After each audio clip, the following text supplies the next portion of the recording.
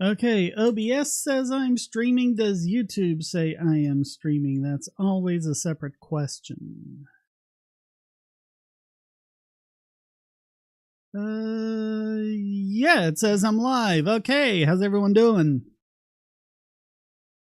Yeah, so far Pax Librium's up here. He wants us to talk about NFTs today. Yeah, we can do that.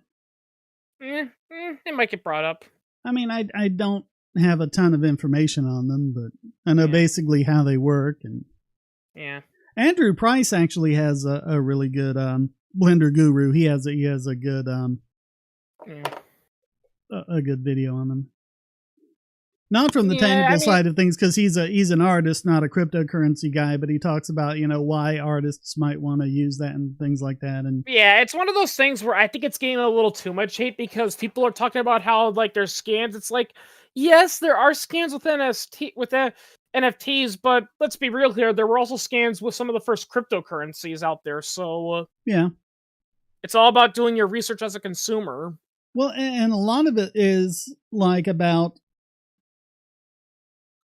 just either the prestige of owning something. Like there could be something that's a normal product, but then they have a limited edition of something. And the only difference is it comes with a certificate that says, you own number 11 of this limited edition run.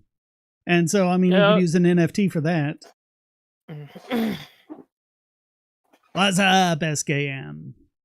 Mm-hmm. Yeah, I'm not getting on the cam because I kind of had to set this up last minute, and the weather being all over the place never helps. But it's 72. It was 72 degrees here earlier. Oh, it's been upper 80s the last couple of days, but that was after having a cold snap. So that's North Carolina for you.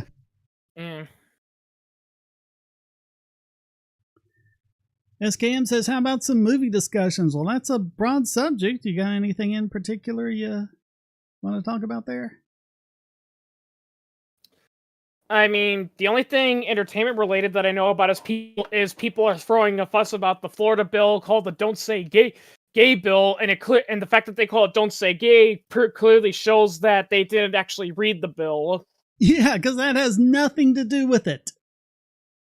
Yeah, like, I actually read the bill, and you know what the bill said? It didn't say, you cannot talk about gays in school. It was saying, listen, let's not talk about that kind of stuff with children that are below third grade, because they're still figuring out, Don't talk about the sexual activity of it. Yeah, You can say that, like, some kids have two dads or whatever. Yeah. But, you don't really, And it was only, like, kindergarten to third grade. Yeah, that too. It was only kindergarten to third grade, and this is the most important one, and this is one that really kind of exposes them for what they are, is that they're basically saying, listen guys, if you're gonna talk about that kind of stuff, at the very least, let the parents know what you're teaching your kids. Yeah. I made this joke saying, I made this joke telling people all the time, it's like, listen, when if a teacher says, oh, I'm teaching kids about all this sexual stuff and I'm telling them not to tell their parents, I'm like, that's not something a teacher should be saying. That sounds like something the bike shop owner from Different Strokes would say. And Hunter, no, I would not debate Vaush or Destiny because neither of them are honest people. And debates really only work with an honest person. And if you want to know what can happen when you debate a dishonest person, listen to, when I actually was invited on to Andy Worski's and listened to the way they treated me and how I wasn't given a chance in hell. Oh, they were, I don't think I've ever seen that, but let me guess, they were those types of people where they were talking over and over you, and every time you tried to say something, they would either interrupt you or take it out of context. It was supposed to be one of those things where there were like two people on the one side and then two people on my side, and we had the debate topics laid out, and then there were two moderators who were supposed to be neutral. Worski was one of the moderators. Somehow the topic got over to immigration, which I, wasn't prepared to talk about, but I was doing my best. And they'd even said that, like, after, the initial part of it, that it wasn't going to be like 2 minutes one way, 2 minutes the other. We could just kind of talk like a free-form conversation. And it ended up being all 5 of them against me. And one time I tried to respond, they actually yelled at me to shut up. And then they brought in not 1 but 2 ringers to pile on. And I think I did pretty freaking good considering all of that, but still, it's not an experience I would want to repeat. Was that same line as in the two status versus 2 libertarian debates, or? Oh no, not the 2x2, because those were actually with a single moderator who was actually being neutral, and they were on Dapperton's channel, and they knew that Dapperton wasn't gonna put up with any of that. No, this was over on Warski's. Oh. I rewatched that thing on gun control debate, and it just makes me facepalm how Liberal Sanity Project is literally accusing you of stuff that he's already doing. Pax Liberum asks, what is your opinion of those fake libertarians who use argumentation ethics, negating the a priori of argumentation, aka Pinochet fans? I'm not sure what Pinochet has to do with it, but I think it was in AMA I talked about argumentation ethics and just all the problems with it, and we've got so many better arguments for the nap. We don't really need it. I remember reading about Pinochet one time, and so many people talk about how Pinochet is proof about how evil capitalism is, and then you look it up and it's like, Pinochet didn't really become free market capitalism until the late 1980s, and that was near the end of his rule. Yeah, when he was starting to lose power, and he was just trying to give as many accommodations as he could to stay in as long as he could. If I recall correctly. And also, people don't talk about Allende, the guy before him, the socialist, and how terrible he was. He makes Pinochet look like Mother Teresa or something. Oh yeah, I mean, people fail to realize Allende wasn't violently overthrown by a U.S.-backed coup d'état. His own people didn't like him.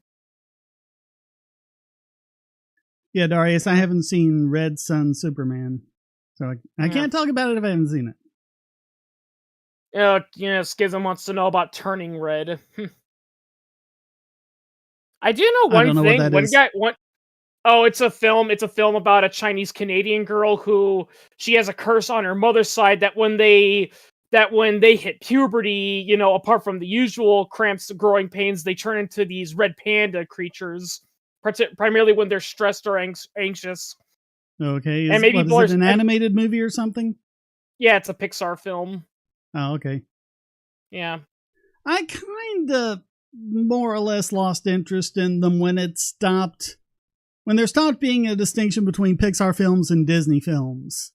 Oh, yeah. Because if I recall correctly, when Disney bought Pixar, they promised them saying, it's like, yeah, you'll be owned by us, so you'll get our funding, and you got to give us, but you can still do your own thing. You can still do, this and that. But then, like in the mid 2000s, they're like, okay, no, you got to do things the Disney way now. Well, then they started doing weird things like Pixar.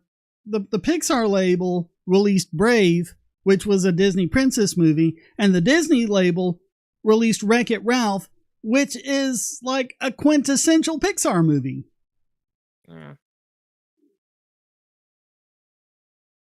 So I don't know. But the reason why they thought it was going to be good being bought by Disney is because, Disney was screwing them over by not actually counting sequels. Because, they did Toy Story 2. Disney didn't count Toy Story 2 towards their contract of the number of movies that they were going to do, which was a big sticking point for them. And of course they made another movie. Of course it should count. And so they thought that by doing this, then they could make a Toy Story 3 and 4, and they could make sequels to, other movies they were wanting to make sequels to. And yeah, they could, but then, Disney happened. You got bought by Disney. What do you expect? Well, on the plus side, Disney is starting to falter. Yeah, maybe they'll learn. Yeah. Yeah, so many people are like, so many, I will say this whole thing about debacle about Disney, like, so many people were like, Disney's proof of why we need government intervention in the, in the entertainment industry because they're too powerful and they're buying everything, and it's like, they're on the decline, Well, this is what SKM is bringing up. Any opinion on Ron DeSantis' decision to strip Disney of special privileges. And it's interesting to see all of these leftists going, yay corporation, boo the politician who wants to, stop the corporations from going against the will of the people. But now all of a sudden, I guess when it's their corporation, they like it. Well, and another thing too is, some people, are saying, well, isn't that hypocritical of you because, you're supposed to be for capitalism? Well, the thing is, DeSantis isn't saying, restricting Disney. All he's doing is taking away special political powers, which I'm against. I don't think corporations should have some special political powers and all that. And that's the thing, people. The only reason Disney stayed in power for so long was because they had special protection from the government, especially when it came to copyright rules and all that. Yeah. Yeah. I mean, imagine if they didn't have all these copyright rules. If it had been, even if it had just been more like it was originally when they only lasted for like 20 or 30 years or something like that. And then it would go into the public domain where, people could do their own thing with it. I mean, compare this latest, sequel trilogy of Star Wars to a lot of the Star Wars fanfic that's out there. Okay, a lot of the fanfic is trash, but then, Sturgeon's Law, there's some really good fanfic out there. Yeah. And where would he be without it? But imagine if they could do that legitimately, Yeah, look at the original expanded universe. Yeah, that too. That's why I still laugh, when that one Disney writer for Star Wars said, "Oh, well, we wrote the films we did because we didn't have much of a groundwork to work with." It's like, well, yeah, you had like 30 plus years of comics, novels, video games, and all out there. Oh yeah, that's right. Disney said, nope, that's not canon anymore. We own it now, so now it's got to be Disney Star Wars.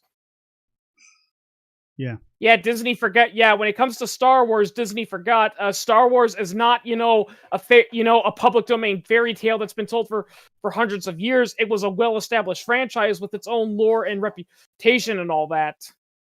Oh yeah. Yeah. Well, I mean, even then, Disney has been, taking. Okay. Just the most baffling example, because Disney owns Marvel, and they did Loki.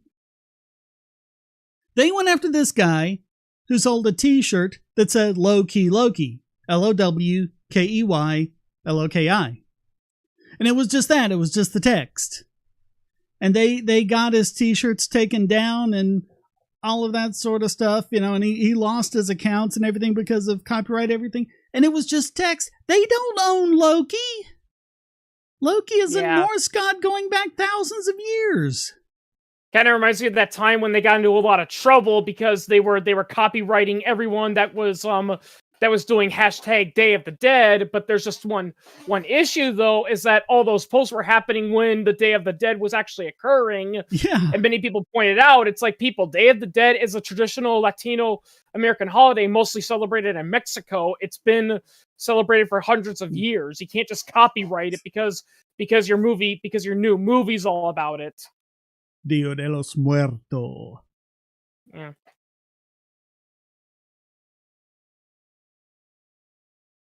And Skizz, that's a good point, Pax. Yeah, people ignore the fact that Pinochet also killed libertarians.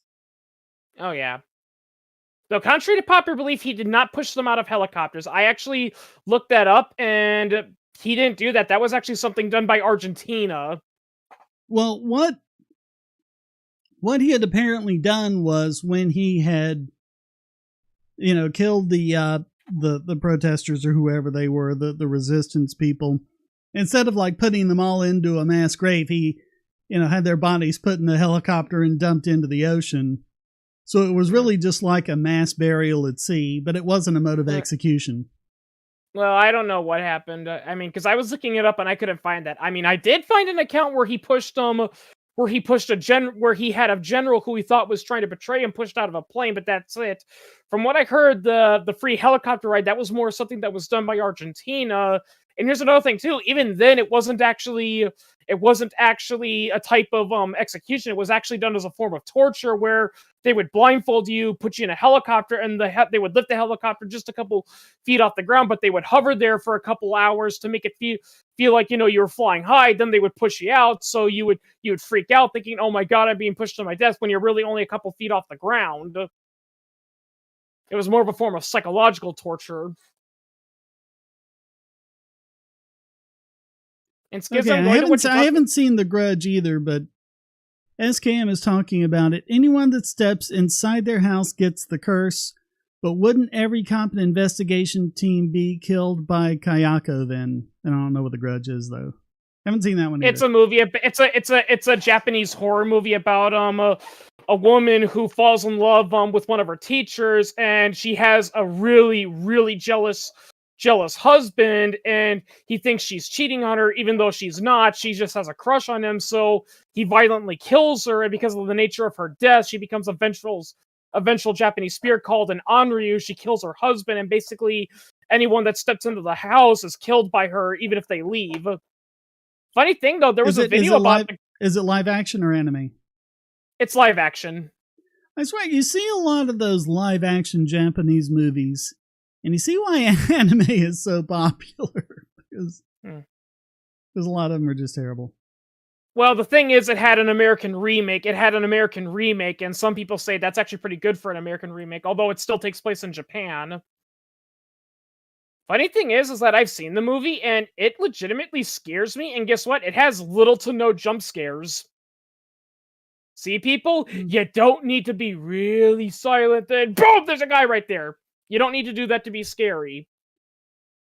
I've done a grand total of 1 jump scare, and it wasn't what it appeared to be initially. So, yeah, they have their place, but I mean, that has to be there organically for the story. Yeah.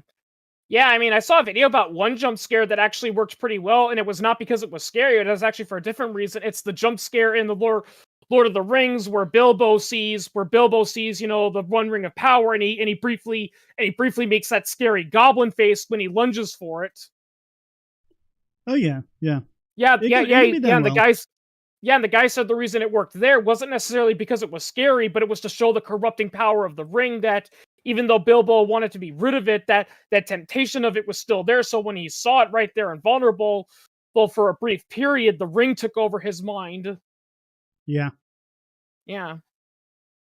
Yeah, and actually, it was meant to drive that home as a property of the One Ring. Yeah. And also, going back to The Grudge, here's another thing too that I saw a video that said there's actually a very easy solution if you are cursed by Kayako, and you know what that is? It's simple. Go to a Shinto shrine and there's a lot of them in Japan. Tell them I've been cursed by an Onryu, and they can exorcise you. They literally have exorcisms designed to take on Onryu, like Kayako and The Grudge. Now, granted, in real life they don't work because ghosts aren't real, but in the context of the film, they could take care of a spirit like her. Allende actually comes from the National Socialist Party of Chile and proposed chemical sterilization for idiots. Yeah. Here's another fun fact about Allende. Despite what your teacher taught you in high school, he was not democratically elected. He was appointed by the Chilean Congress because the elections there was so much corruption and box stuffing that, basically the Congress of Chile was like, screw it, we'll just put this Allende guy in power and see how he does. Yeah. Yeah. And SKM wants to know, is there ever a time when dehumanization is justified? And I'm really thinking no on that, but it's just, the absoluteness of the question. Is there ever a time? Yeah. Can anyone find one exception? I don't know, but I don't think so. Yeah. Well, and the reason why you shouldn't be dehumanizing them, and many people have brought this up, because as tempting as it is to want to torture and and abuse, like a psychopathic serial killer or whatever, the reality is, if you dehumanize the psychopathic serial killer, guess what? You're no better than he is now. Yeah, that's true. Because one of the reasons why he killed so many people is because he dehumanized his victims. He didn't see them as human beings. Yep. Well, and that's like if you look at World War II, and I mean, this is just, proof of what Nietzsche was saying about the abyss. Hitler was so bad because he took entire groups of people and races of people and just dehumanized them. And if you look at everything that was happening at the time in America and Britain, how they portrayed Germans at the time in movies and cartoons and things like that, and also in the U.S. with the Japanese, just portraying them as, just subhuman monsters and, without a trace of humanity in them and just completely dehumanizing them. It's like, okay, how is that really any different? Yeah, and it ultimately led to some pretty nasty atrocities that that a lot of nations still refuse to acknowledge, like Dresden. Yeah. Yeah. Or the internment camps. Yeah. It's one thing, and I got into a heated argument with this on a video by TIK History and all that, it's just like, how we could have avoided all these deaths, and still defeated Hitler and all that? And you know what that is? It's simple. Once the Nazis were kicked out of all the territories they invaded, that's it. You're done with. You call it off. Yeah. War's over. You don't bring the fight to Germany. And that's the reason why World War II became so bloody. It's because the Allies couldn't stop. Even when the Nazis were kicked out of all the territory they occupied and it was clear they couldn't fight anymore, they're like, oh no, we gotta make them pay. We gotta take the fight to Berlin. And it's like, no, from that point on, you stop being defenders and you become the conquerors. Yep. And now you've basically churned like 90% of the German population against you now, because now most of the people are going to take up arms and fight back, not because they support Hitler, it's just because they don't want the Allies blowing up their houses. Oh, yeah. Yeah, like I've seen interviews, with people that served in like the Volkssturm and all that, and so many people asked them, it's like, why did you try to fight a war that was clearly, unwinnable? And they flat out said, because we were trying to stop the Allies from blowing up our villages and neighborhoods, We were just defending our homeland. That's all we were doing. Hey, Jeebus. It's like, that's the thing I hate about War II, is like that attitude of, you gotta take it back to the enemy. It's like, no, you don't.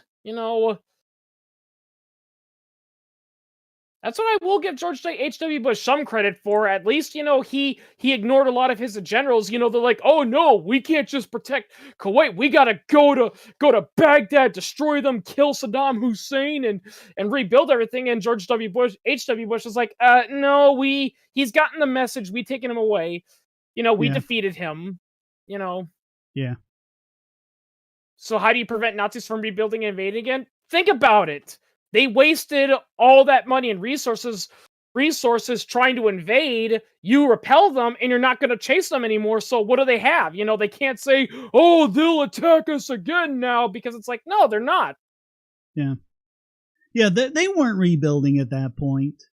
There was no rebuilding for them. Yeah. They couldn't even move forward with the plans they already had in place. Yeah. And by the way, the dumbest counter argument I heard when I brought that up was one person said, oh, but the Allies did that at the end of World War I, and at the end of World War I, it's like, no, they didn't.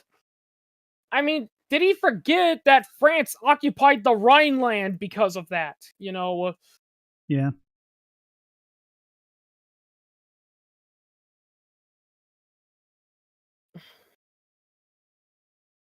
Religion as a way of solving coordination problems? What coordination problems do you think need to be solved by religion? Free markets are perfectly good at solving coordination problems. You do it bottom up, not top down. Yeah.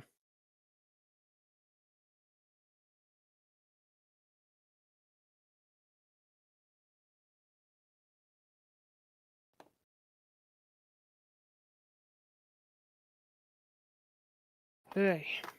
Yeah, I was about to say, we were talking about, like the Japanese live action movies earlier. And I'm not even talking about like, the monster movies or anything like that. A while back, a few decades ago, I think it was like in the 90s, late 80s, something like that. All of the artsy people were raving about this Japanese movie called Judo, and it was like the Japanese version of The Postman Always Rings Twice, and you just got to see it. It's wonderful. The greatest Japanese movie in generations, and I saw it, and it was utter garbage.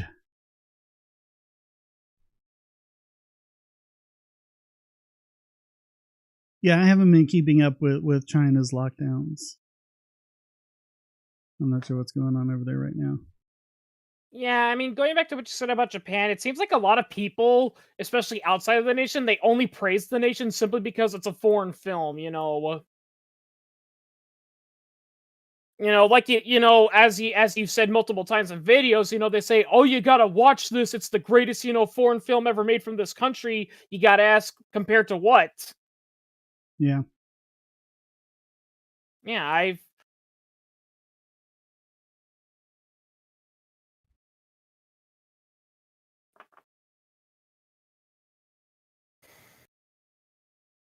I mean, there are a lot of good movies coming. I've seen some really good Chinese movies and things like that. Not just kung fu movies or things like that, but like proper, yeah. proper dramas and things like that.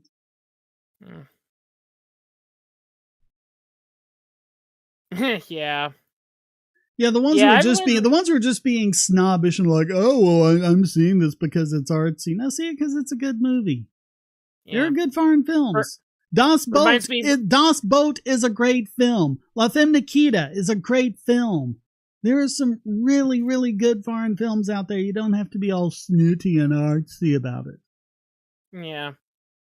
Kind of reminds me of when Cinemassacre, aka James Rolfe, he did a video about what's the worst movie he's ever seen, and he said, well, that's a vague term, but if I was to say the worst movie I've ever seen, it would have to be the art house film Wavelength. You ever heard of that movie? No, I didn't. Basically, it's a movie of a window panel with a bunch of different filters through it, and that's it. Okay. Yeah. I mean, it's like not that kind of stuff can't be good. Like there's one. It's actually not a foreign film. Everyone calls it a foreign film, but it's American. But it's called Koyaanisqatsi. And there's no dialogue in it. There's no characters. There's only a story in like the grandest sense of the word, but not like a plot or anything like that. It's mostly shots from real life and shots that are, slow motion, and then shots that are time lapse really fast. And it's just mostly just a symbol and a display of Koyaanisqatsi is a Hopi word meaning crazy life. And so it comes up, at the start of the day, and then everything is like moving fast and just everything's zooming by, and cars zooming by quickly and everything as everyone goes about their crazy lives. And then the evening everything just starts calming down, and like there's one shot of just looks like a homeless guy, just in the streets, shaving, without any with a safety razor, but shaving without any shaving cream or anything like that. I mean, it's just really well done, for no dialogue or anything like that. You've got, you do have kind of the overall, not like a plot story, but you've got an overall story about, the craziness of life and how things, get going and how things wind down and things like that. So you can do artsy stuff like that and do it well. Yeah. Another thing too that I really hate with art is that, listen, people, there's got to be some focus of your art, Yeah, there's got to be a point to it that people can relate. It can't just be like weird stuff where all the snooty people are appreciating it because of, it's the Emperor's New Clothes. Yeah. Because if you don't understand it, then you're not sophisticated and intelligent like them. Yeah. And the dumbest excuse I hear for that is like people are like, oh, but people are gonna have their misinterpretations of it anyway. So what's the point? It's like, yeah, well, they're gonna do that with anything, Well, and when you actually do have something, that's really creative and symbolic, they turn their nose up on it, like they look at Pink Floyd The Wall, which is an excellent movie, but they're like, oh, that's just for druggies so you can get high because that's the only way you can make sense of it. No, that's not it at all. It's the story of a guy going insane told from his point of view. So you're seeing everything through the filter of his insanity. Yeah. But it's a proper story and how it progresses, towards the end. And it's sort of like 2001 in that they show you how it ends, but they don't explain what the ending means, and you're left to, your own devices to, think about that. Yeah. Kind of reminds me of this funny thing I read by this one person, and he was talking about, they were talking about spoilers and all that, and it's like, listen, people, if spoilers ruin a film or TV show for you, something tells me that probably wasn't a good TV show or movie to begin with. Yeah, I mean, what's the very first thing that happens in Romeo and Juliet? A guy comes out on stage and tells you how it's going to end. Yeah. That's what he does, and then you watch it unfold. So, yeah, if I recall correctly, in the beginning there's a minstrel that tells, it's the tragic tale of two lovers who died, and all that. A pair of star-crossed lovers take their life, and by that they end the feud between two houses. Yeah, in all honesty, and I've heard this from a lot of people, a lot of people misinterpret Romeo and Juliet because they talk about it about love. It's like, if I recall correctly, it's not a love story. Really, it is not a love story. Yeah, it's not a love story. It's about, it's like the whole point is that this easily could have been prevented. Romeo and Juliet would have become obsessed and tried to kill each other if their families would just stop fighting for a petty reason that not even they can remember why. Yeah, SKM says, look at the audience review, not the critics. Yeah, and when you look at Rotten Tomatoes and you see the audience score versus the critic score, like a lot of these that are supposed to be all, progressive and woke and everything else, and they've got this critic score that's, like 96% or something like that, and then the audience score is like 20% or something. Yeah, that's what you're saying, Chauncey. Romeo and Juliet, the message of Romeo and Juliet, isn't the tragedy of young love. It's the tragedy that this could have been prevented if the families would have just stopped fighting. Yep. Yeah. And it goes the other way, too. You have ones that the critics hate, because they're, too snooty and they're turning their nose up at it, that the audience actually loves. So, yeah. Oh, yeah.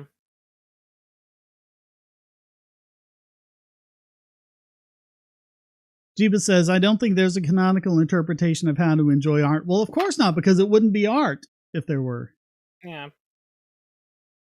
Though I will say, actually, Chauncey, the concert came before The Wall, and the idea originally with the movie The Wall was you'd have the concert and it would be filmed, and then the story would take place like in between songs in the concert. And as they developed the movie, they found out that that just wasn't going to work. And for the main character of Pink Floyd, they gave Roger Waters a screen test, and he didn't do very well. And so they gave David Gilmour a screen test, and he didn't do very well.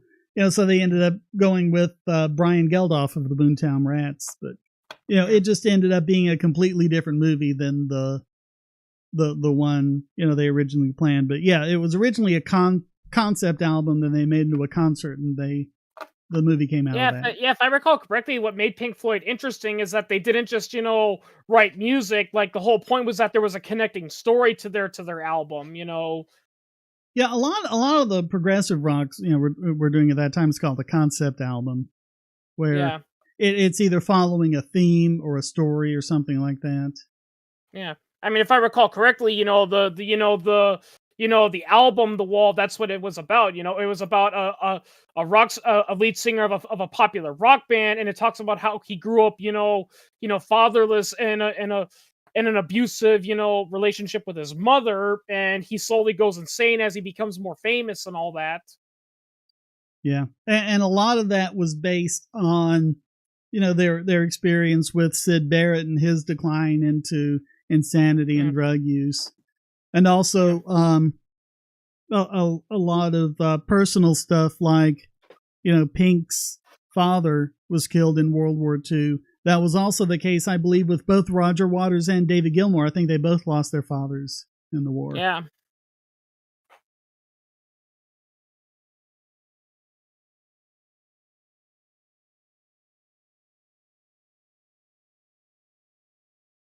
Oh, Hamlet is really a tragedy. It's like at the end of Hamlet, there's only like 2 characters left. And they're minor characters at that. 2 minor characters survive. Yeah. Horatio and Fortinbras.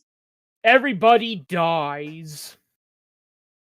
I don't know if it's true or not, but I read somewhere that a lot of people said there's a trend that when things are positive and uplooking in society, that's actually when the darkest, most depressing films and entertainment come out, And the other way around, like the depression, you had songs like Happy Days Are Here Again, and all these nice romance feel good movies. And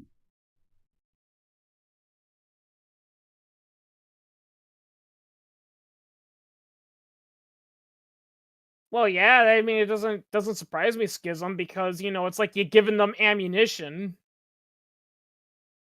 Oh, Jeebus, the Greeks really got the whole tragedy thing going. They knew how to do a friggin' tragedy. Fun fact, there's an adult joke in Hercules that involves Opidius, where I think it's the scene where Megan and Hercules are coming back from watching a play, and Meg mentions that play Opidius, that was pretty good, and Hercules goes, "Yeah, and I thought I had problems."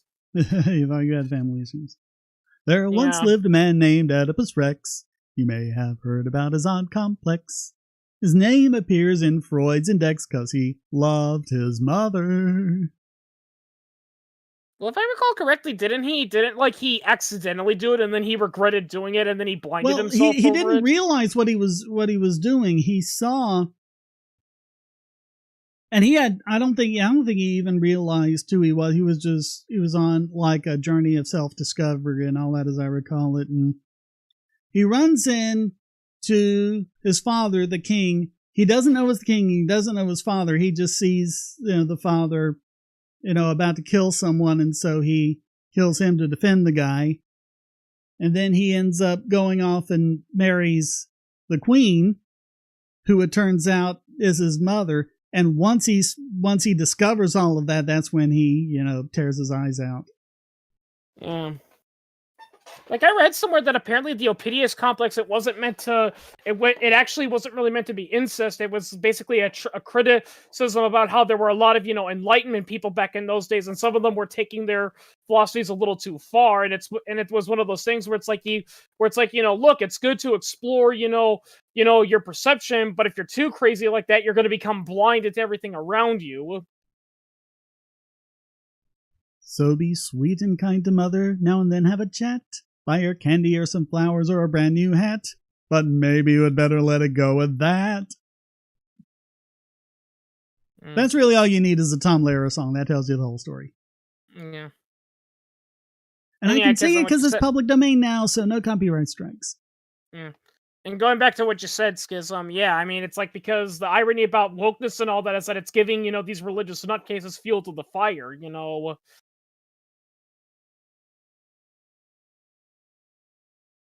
I have noticed you've been doing a lot of religious stuff lately, and like it's gotten some people who used to support you mad at you.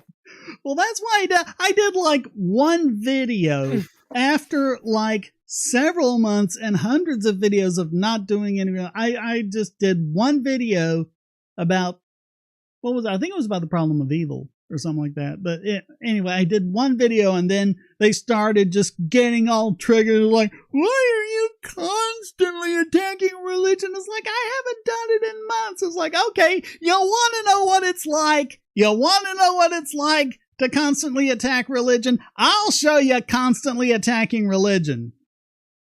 Mm. That's a good way to get me to do that sort of stuff. Mm. And Schism, to what you said, I will say this. Now, granted, this is a big kind of, but I will say this. I did hear one kind of sort of legitimate criticism of free market capitalism and individualism, and it came from Dostoevsky, of all people. And it says the reason why the idea of a freer world is such a hard thing to attain is because humans have this really bad desire of, let's face it, we love complaining about stuff. You know, if we were to improve our lives, we'll find something to complain about. And the less you have to complain about, the more complaining you do. Yeah. Yeah, if I recall correctly, it's from Notes of the Underground, and there's that one guy who later admits, you know, who used to do all this good stuff, but later he comes out and says he hates all of humanity. And when they ask him, well, why would you hate humanity? And basically, if I recall correctly, he's like, because no matter what I do, people complain about something. If we solve hunger, people are complaining that their favorite food's not abundance. If we solve poverty, people are obsessed that they don't have, you know, the same fancy stuff as their neighbors.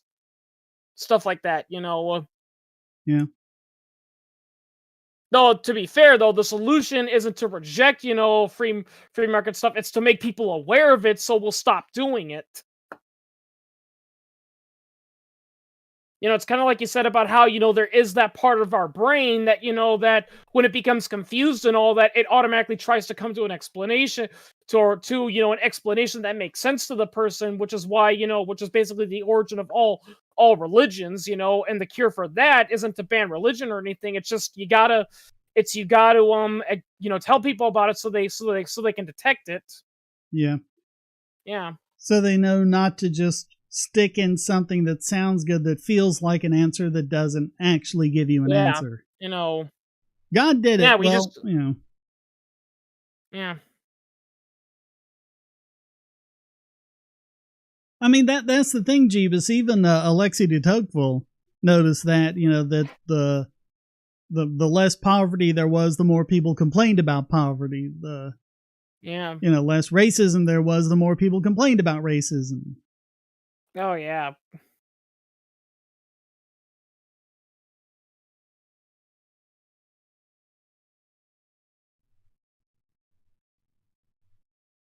Yeah, I mean, to hear the left talk about it these days, it's like, oh no, blacks have never had it worse in all of history. It's like, give me a break, people. Yeah. I mean, you mentioned, you know, you were a little boy, you know, when some of this stuff was happening, so you have vague memories of it, so...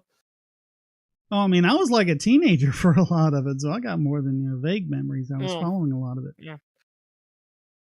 Yeah, it kind of reminds me of, you know, when Mr. Beat or something said, you know, it's like, why wasn't the Equal Rights Amendment passed and all that? And you pointed out, because pretty much everything that it wanted to do was already resolved, you know.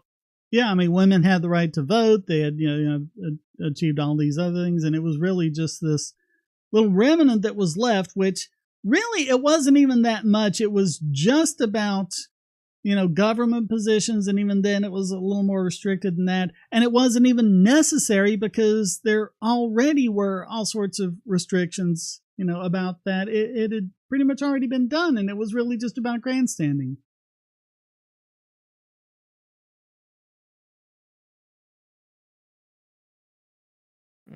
Yeah. Yeah, I should read more Dostoevsky because I've heard there's really some really good lessons to learn from him. Even if you don't agree with the messages of his books, you know, they actually have some pretty powerful messages. Oh, yeah. Yeah. Yeah, one that I really think people should read because I really think this would help us, you know, stop it with this whole, you know, cancel culture and all that is, you know, the book Crime and Punishment, because people fail to realize with Crime and Punishment is that the whole point of that book is that the main character, he thinks he's this powerful, smart, intelligent person, and therefore he has every right, to take this woman's cash. And when he commits the crime, he realizes, oh my God, I'm not liking it like that. Yeah. Yeah. Kind of reminds me. That's also like you've even got people like completely misinterpreting, Les Miserables, because they think that the point is supposed to be that Jean Valjean was justified, in stealing the loaf of bread to, feed his family. And that wasn't it at all. There was like, okay, he stole, but the point is the punishment for it was just way out of proportion to the crime. Hey, kind of like what's happening to that Thompson guy, or that you mentioned in the Bogosity stream. Yeah, it's like you stole a piece of furniture from the White House. The Capitol building. 20 years in prison. Well, they haven't sentenced him yet. That's what he could conceivably get, up to 20 years. Yeah. Based on the comments of the judge, he's probably going to get most of that, I would think. Yeah. But it was he just had, I don't know what he was thinking. I don't know what his lawyer was thinking. The whole thing was just dumb. Yeah, I mean, yeah, people, my only guess is that he probably saw, Kyle Rittenhouse, and he's like, oh, hey, Kyle Rittenhouse, he can do, he took the stand and it helped him, so maybe it'll work for me, ignoring that that rarely ever happens. Yeah. Yeah. Yeah, I mean, I remember, because I was watching it live, Nick Rekieta's coverage, where he has like 10 different lawyers on at one time, sometimes talking about this stuff. And when, I forget the attorney's name, but when he stood up and said he was calling Kyle Rittenhouse to the stand, they were all like, what? No, what are you doing? Yeah. And to everyone's shock, Kyle Rittenhouse, he actually did pretty good, surprisingly. Oh, yeah. I mean, he made a complete and utter moron out of Binger. Not that hadn't already happened, but yeah. Yeah, I mean, the thinking, because of the way it came out, the thinking is he didn't take the stand, to try and, make his case. He took the stand so that the public would be able, to hear from him, and he could tell his story his way, and the public could see, what kind of person he is. And he's not this kind of person that the press has been making him out to be, that sort of thing. Another thing too that I've also noticed about the Rittenhouse trial is that there's a pretty good chance that even if the jury did find him guilty, the judge probably would have let him go. I mean, it was mentioned multiple times, saying that they were having for a motion where basically the judge, would dismiss, a guilty verdict if one were reached, and he more or less said, I'll consider it, And there's some people that have met the judge that think, that he would have done it, and the only reason he didn't do it right then and there is because he still wanted, the jury to get a chance. He still wanted to say, no, let's let the procedure go through, which, to be fair, I can understand why, because if he would have said, no, this is a stupid case, you clearly don't have a case, Binger, case dismissed, the left would be all like, oh, this is corruption and all that. Yeah, they needed to hear from the jury. Yeah. Which was the only reason. I mean, if it hadn't been a case that had gotten like all this national attention, the judge would not have tolerated that crap. And a lot of people are really wondering why Binger is not up for disbarment. Yeah. But what a lot of the lawyers on Rekieta's live stream were saying is prosecutors do that crap all the time, and they almost never get punished for it. Yeah. Well, if I recall correctly, Binger wasn't even the first choice to prosecute Kyle. Kyle, if I recall correctly, and the main prosecutor of Kenosha, he wanted to try the case. Then he took a look at it, and he was like, "Oh crap, I don't have a case." The DA, popped it down to the deputy DA, who popped it down to a couple of assistants who didn't have anyone else to pop it down to. Yeah. But I mean, if it was really this, horrible case, why wasn't the actual, DA doing it? Why was it a couple of assistants? You mentioned that in one of your live streams too. I think it was with that one lady that got 6 years in prison for exercising her right to vote. That basically says, listen, if the person prosecuting your case isn't the main DA, it's like an assistant of the assistant DA, and they're offering you a plea deal, that generally means that they actually don't have a case against you. Yeah. Yeah, but they gotta proceed because reasons. Yep. Yeah. I think that should be another constitutional amendment. Let's just get rid of district attorneys. Yeah. Seriously. Yeah, seriously. Yeah. And people are have people hire, and it could be the victim or it could just be, an interested party or whatever, but have them hire private prosecutors to prosecute cases instead of having them. Yeah. And it's pretty funny because I did mention that, and some people were like, and one person asked me, "Well, what? Well, if we get rid of prosecutors, who's going to represent the state?" It's like, no, the state is not supposed to have representation anywhere. The whole point, at least on paper, is that they're supposed to represent the people, but the people already have a representation in a court, via the jury. So. Yeah. Really, the only reason the prosecutor is there for is basically to act as the puppet to justify the state enforcing something, basically. Right. Basically, yeah. From what I'm seeing, that's basically what prosecutors are. They're there so that way when the state throws someone in prison, they can be there to say, "See, this is why we threw this guy in prison for not doing what we said he should do." So SKM wants to know about Elon Musk buying Twitter. Chance would be a fine thing, but I don't think it's going to happen. Yeah. By the way, look at how quickly the SEC jumped on his rear end just because he didn't, cross the right T's and dot the right I's. Oh yeah.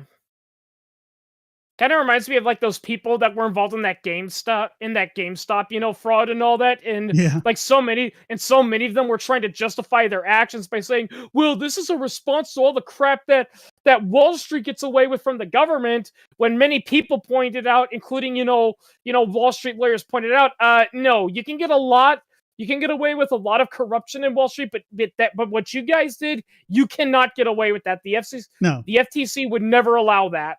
No, that was a pump and dump. Yeah. Yeah, pump and dumps are not tolerated. It's one of the very, very few things that the government will not tolerate. Yep. Mainly because the government can't sponge money from the pump and dump. But it really did expose a lot of the issues with a lot of these Wall Street regulations, because what did they do? They talked to each other and they bought and sold stock. All of that is legal. Talking to each other is protected by the First Amendment. Buying and selling stock, that's what you can do. Yeah, insider trading is one of the stupider, rules that I honestly don't get, people this wasn't even insider trading. There weren't even any insiders. They were just like, look, GameStop is a great company. It's a popular company. We think the stock's undervalued. Let's go buy it. Well, the thing is, they were deliberately saying that because GameStop's not a good company. Yeah. Well, I think it's pretty clear that the stock was in fact undervalued. Yeah.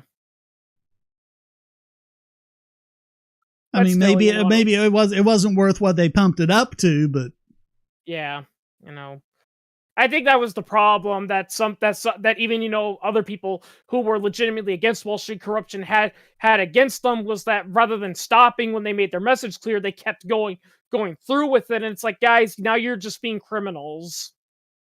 Yeah. Yeah. That's something I wish more people would realize. And I brought this up, in your video about protesting and all that. It's like, listen, people, the number one thing you should also do if you're going to protest something is listen, make sure your protests are aimed after the thing you're actually mad at. Yep. Yeah, if a black guy gets killed by a police department, protest outside the police department. Don't protest outside the Dairy Queen or whatever. Yeah, and don't burn down an AutoZone. Yeah. Well, that was in response to, because after Eric Gardner died, some people organized, a protest. And for some reason, instead of protesting outside of the NYPD police precinct, they protested outside an NBA stadium during a game when people were just trying to get to a game. Yeah.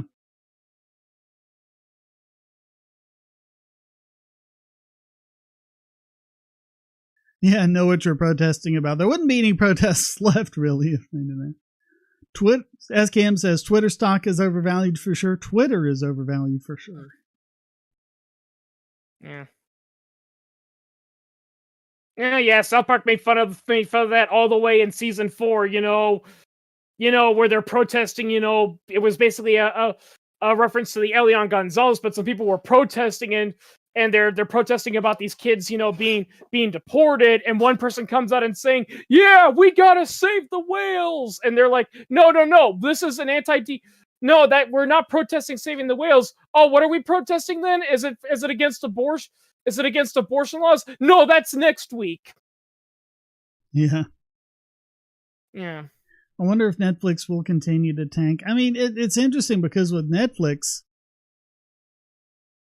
they lost, and I predicted this, even though people said I was crazy, that when, Disney came out with Disney Plus, that Netflix was going to lose the Marvel shows like, Luke Cage and all those, and that's exactly what happened. And so the price has gone up, the selection's gone down, and people aren't liking the fact, I think, just overall, that this is exactly the thing that they were cutting the cord to get away from, with cable, having to have like 7 or 8 different subscriptions to things and, paying, $100 a month, just to watch the things you want to watch.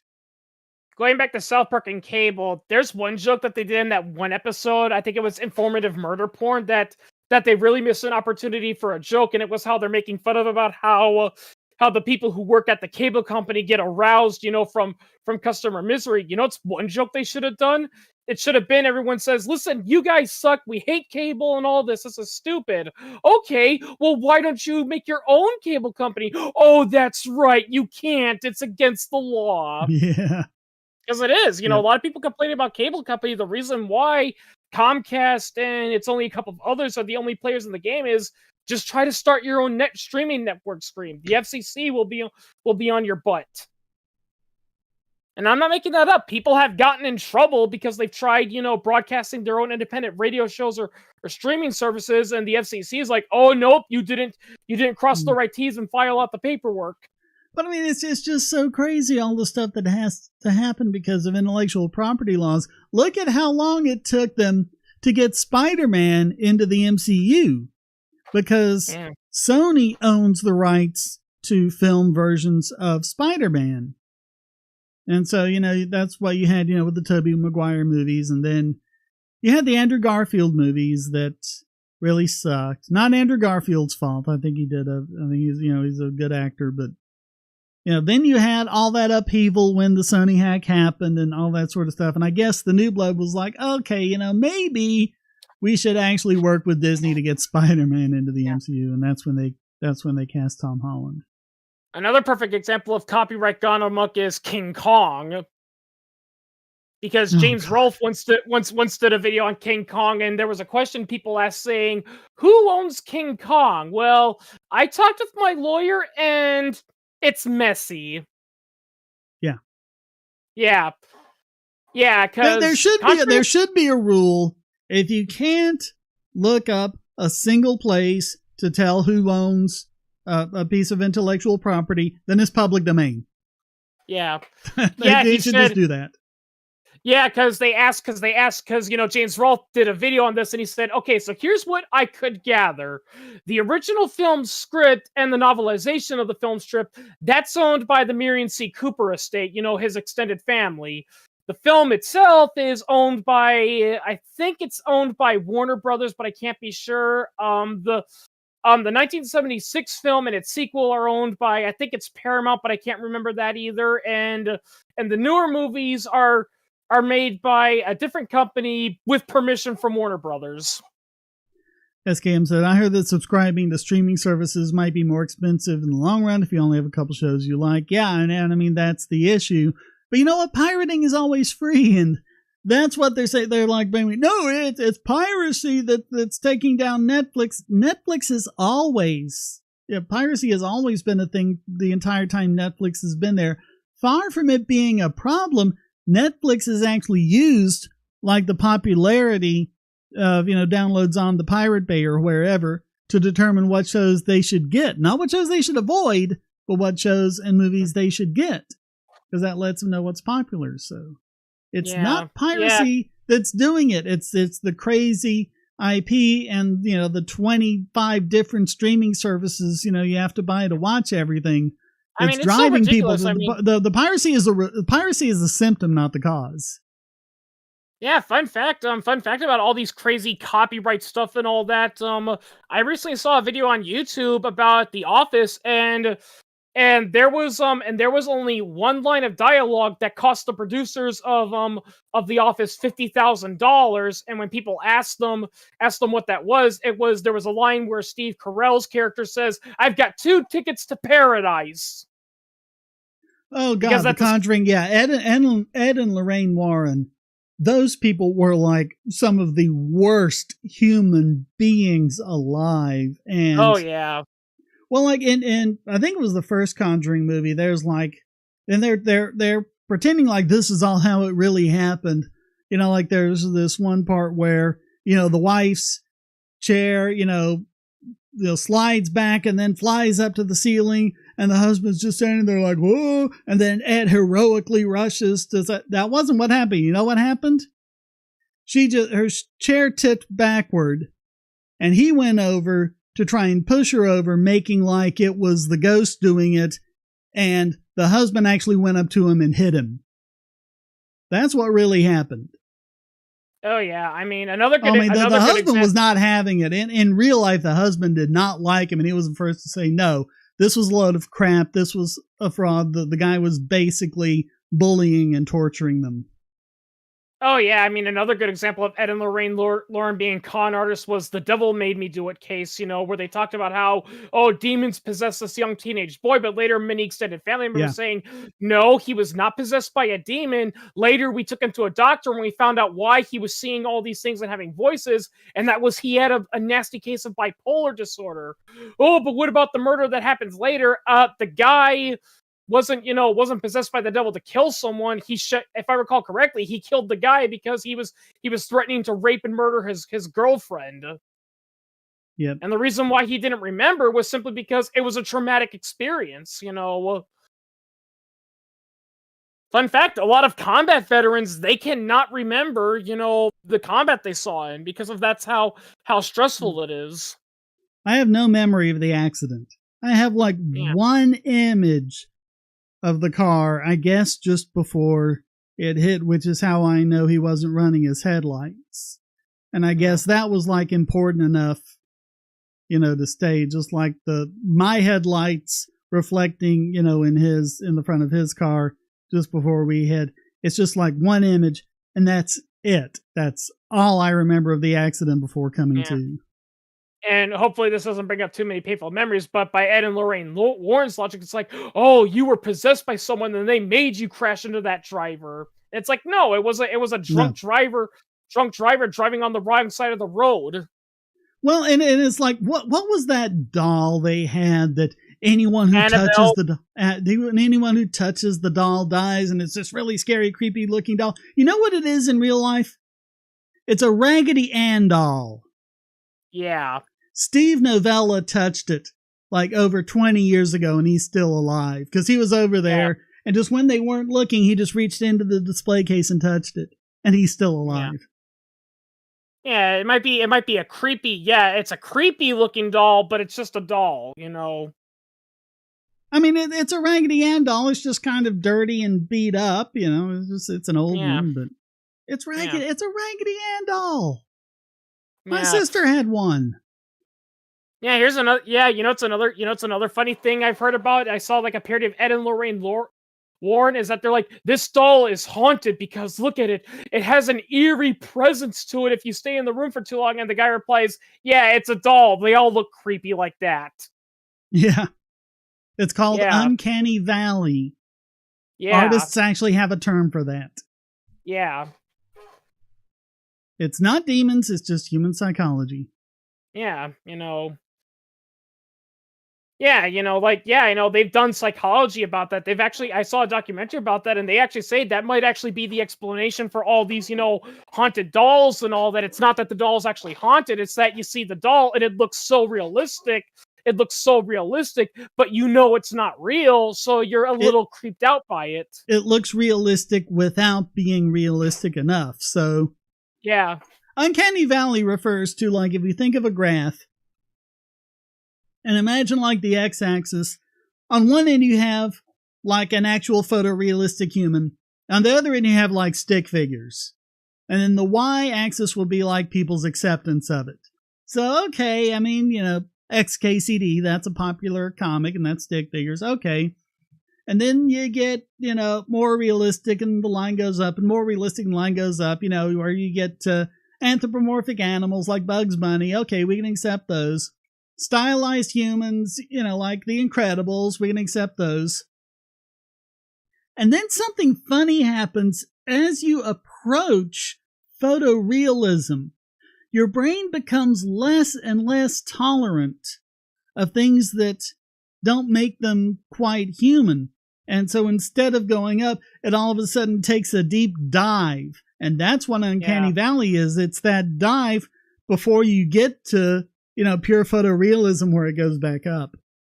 Kind of reminds me of this other funny thing I saw one time where it was this Japanese guy who was manufacturing life-size, sex dolls and all that. Yeah. And he said, and they once asked him a silly question. It's like, what's the number one common complaint you hear from some of the customers that buy them? And he said, the most common complaint I hear is that they're like, I'm sorry, I can't do it. It's too creepy. Yeah. Well, I mean, even the non-sex dolls, the ones they have like, that are substituting for a cashier or a front desk person or something like that, they're just too creepy. And you want to see something creepy. I mean, we've talked about Alma before, Alma Mahler Gropius Verfel, when she was basically one of the few sources we have for the life of Gustav Mahler.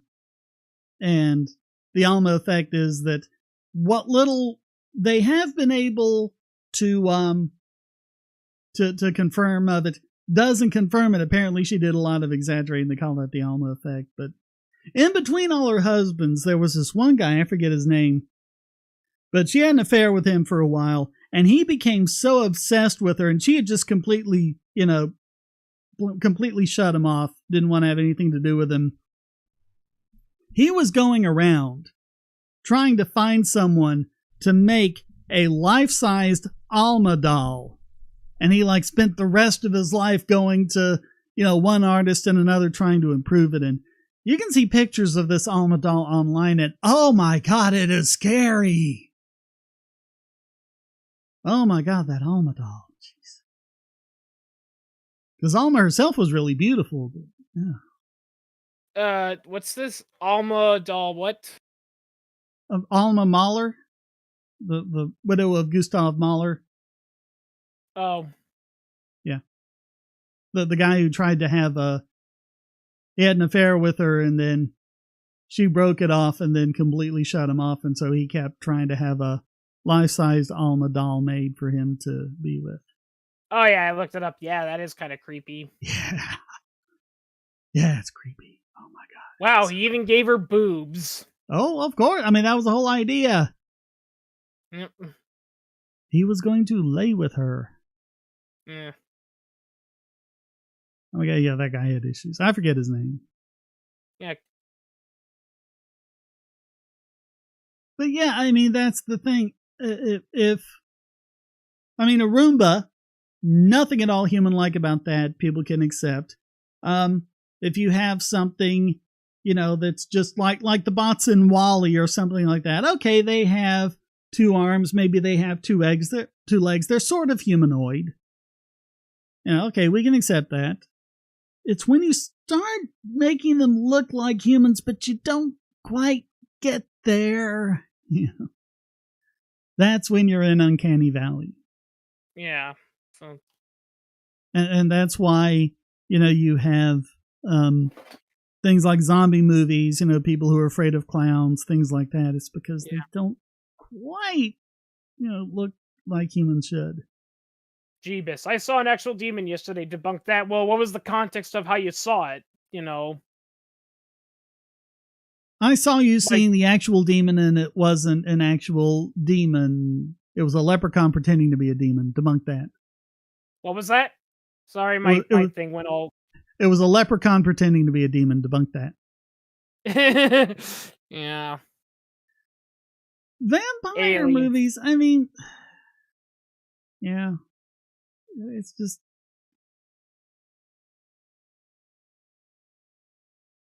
I think the problem with a lot of vampire movies is that they either try to go for romantic tragedy, which doesn't work, or they try to imitate what Dracula did. I mean, one of the reasons why the movie 30 Days of Night was scary was because Steve Niles wasn't trying to be, the whole I want to suck your blood vampires. These were basically feral humans in a way. But I mean, they also think that was why, like, especially in Shakespeare's time, the bad guy was also always given, some kind of, deformity or made up with something, or the witches were, they put warts all over them and things like that because, the disfigurement kind of put them into Uncanny Valley. Yeah.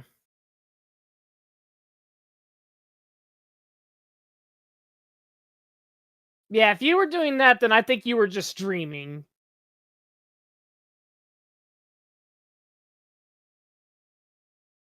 That also kind of reminds me They of, like, don't. about some I of those. know because I know for a fact there are no streets on Pluto. They use hover cars there. Yeah.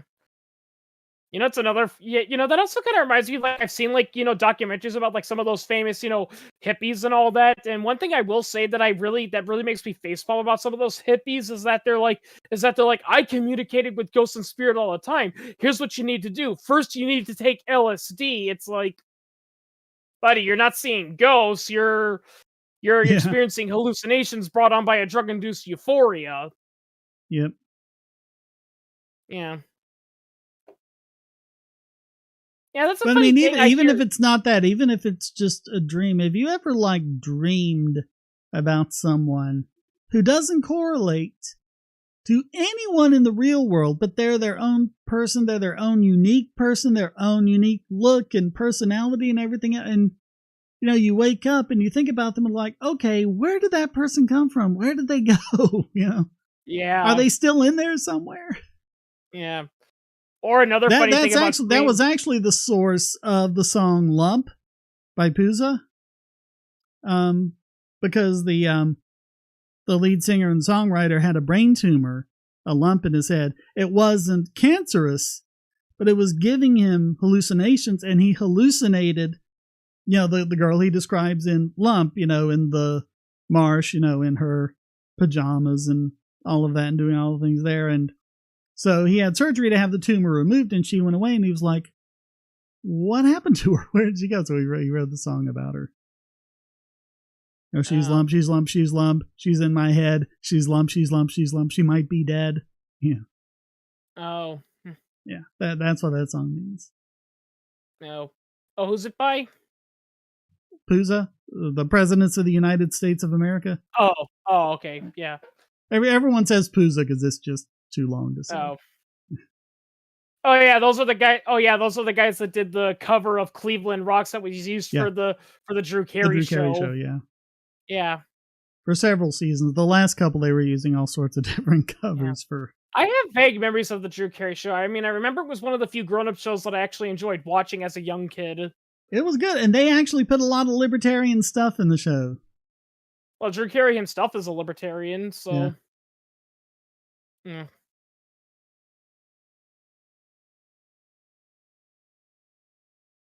We had Drew Carey, and then for a while we had Ron Swanson.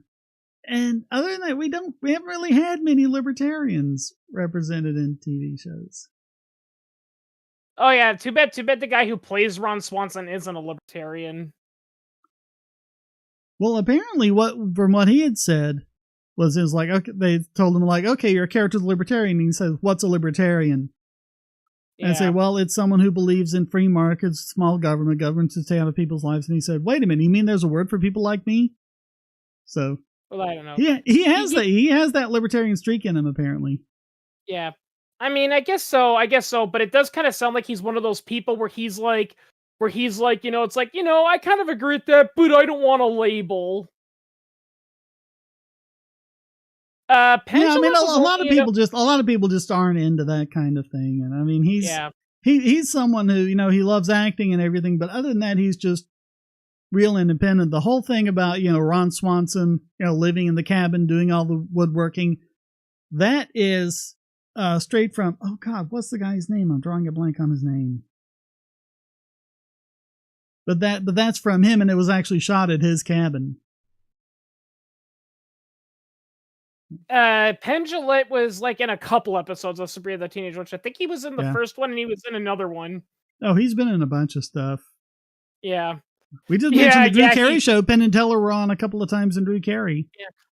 I do remember that line from Sabrina the Teenage Witch with Pendulette, though, because on that one he plays a high-ranking witch, and he literally has a pet mole, but he doesn't like people staring at it, and he keeps going, "Are you staring at my mole?" Yeah.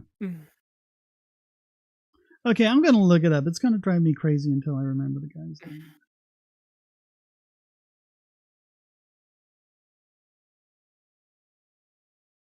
Yeah, that's because politics is usually boring to display on TV. Well, politics is a religion, and religions can be pretty boring.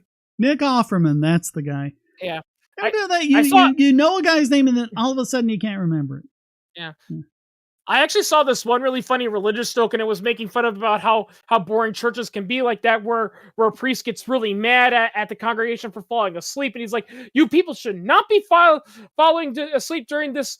You people should not be falling asleep during this sermon. It could save your life. Isn't that right, God?" And God's like, "Huh? What? Is it over?" Yeah, maybe it's your fault they're falling asleep. Maybe your job is to keep them awake and interested. Yeah. Well, that's the problem, is that they always deliver it. Like they rarely get, very passionate. They're always like, "And then Jesus told his followers, 'Take this, it is my body for you.'" And it's like, Chauncey says Penn looked healthier when he was fat. Well, what happens is, because what he looked like, he looked emaciated, because what happens is when you lose weight, the last thing you lose is your subcutaneous fat. And so your skin still thinks you're the same size person as you always were. And so it's going to be, all like, wrinkly and droopy and everything like that, until you lose that last bit of fat, and then your skin realizes, "Oh, I'm covering a smaller body now." And yeah, so many vegans are trying to claim it's like, "Oh, Pendulette proves veganism is correct and all that," but Pendulette has said multiple times, it's like, "Listen, people, I'm an unethical vegan. I only became a vegan for personal health reasons." Yeah. Well, and I think it was only the strict vegan diet while he was losing weight. And then I think he slowly added meat back in. Yeah. Yeah, from what I've heard, he's mostly vegetarian now, but, Clash's Pride says that's why a lot of people gravitate towards Protestant denominations. It's usually more entertaining. Not in my experience when I was growing up. Sunday sermons were, oh, God, snore. Yeah. And then, it's really funny too, and it makes me self-aware of this, is like, so many parents get mad at their kids for falling asleep at church and all that, and it's like, it's really one of those things that makes you like, it's like, well, why do you think they're falling asleep, Or they get mad because they're fidgeting or whatever. It's like, well, what do you expect? Yeah. Hell, there's a reason why some churches now have like little programs where like really young children will go away and they'll be like an instructor that'll teach the lesson, but they'll give them fun activities to do. I know, because I volunteered as one of the assistants for that thing, as part of my process, because I did get, registered as a Catholic, but that was mostly for my extended family, because if I didn't because my maternal grandparents were strict Catholics, and if I didn't become a Catholic, there's a possibility I would have been shunned by them. Oh, not technically, Jeebus. Peter Popoff is absolutely a fraud. James Randi actually exposed the guy. Peter Popoff, for those of you who don't know, he's one of those faith healers. And he was one of those who was like, oh, throw away your crutches, throw away your medicine. People would toss their medicine off across. People actually giving up medicine that they need. But it was all this miraculous stuff because he just knew what it was and James Randi was the guy who figured it out because he had a guy who knew how to, tap into radio frequencies. And Peter Popoff wore one of those little earpieces that goes all the way inside the ear. Oh yeah, his wife was telling him the information, saying that person right there has cancer. That person right there has dementia. And what they were doing is they had people listening just in the earlier conversations. When audience members, just out front before it started, they were just kind of talking to each other. Of course, talking about, oh, why are you here? Oh, well, I have this. Oh, yeah, well, I have that. And just talking to each other about that. They'd overhear it and take notes. And so Peter Popoff's wife would be reading from that and telling him all this sort of stuff. And so Randy recorded all of that, went on the Tonight Show with Johnny Carson. And so you had the whole, televangelist thing of all of the things he would say. And they overlaid the audio of Peter Popoff's wife telling him, what he. So look this up. The videos are still out there. You can see them. Yeah. And oh my God, just this horrible woman and just how she was like laughing and making fun of all these poor people, Oh my God, it was horrible. Randy said they actually did their best not to include the things like that because they just wanted to show that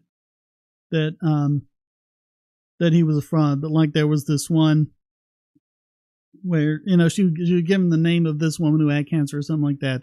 And he's like, now, she's that fat, ugly N-word there. And he would say something like, now, keep your hands off those tits. I'm watching you. Things like that. Mm. Oh, yeah. Uri Geller. It was like, because, Randy had helped Carson, set up all the stuff because he knew how Geller was doing all this fake psychic stuff.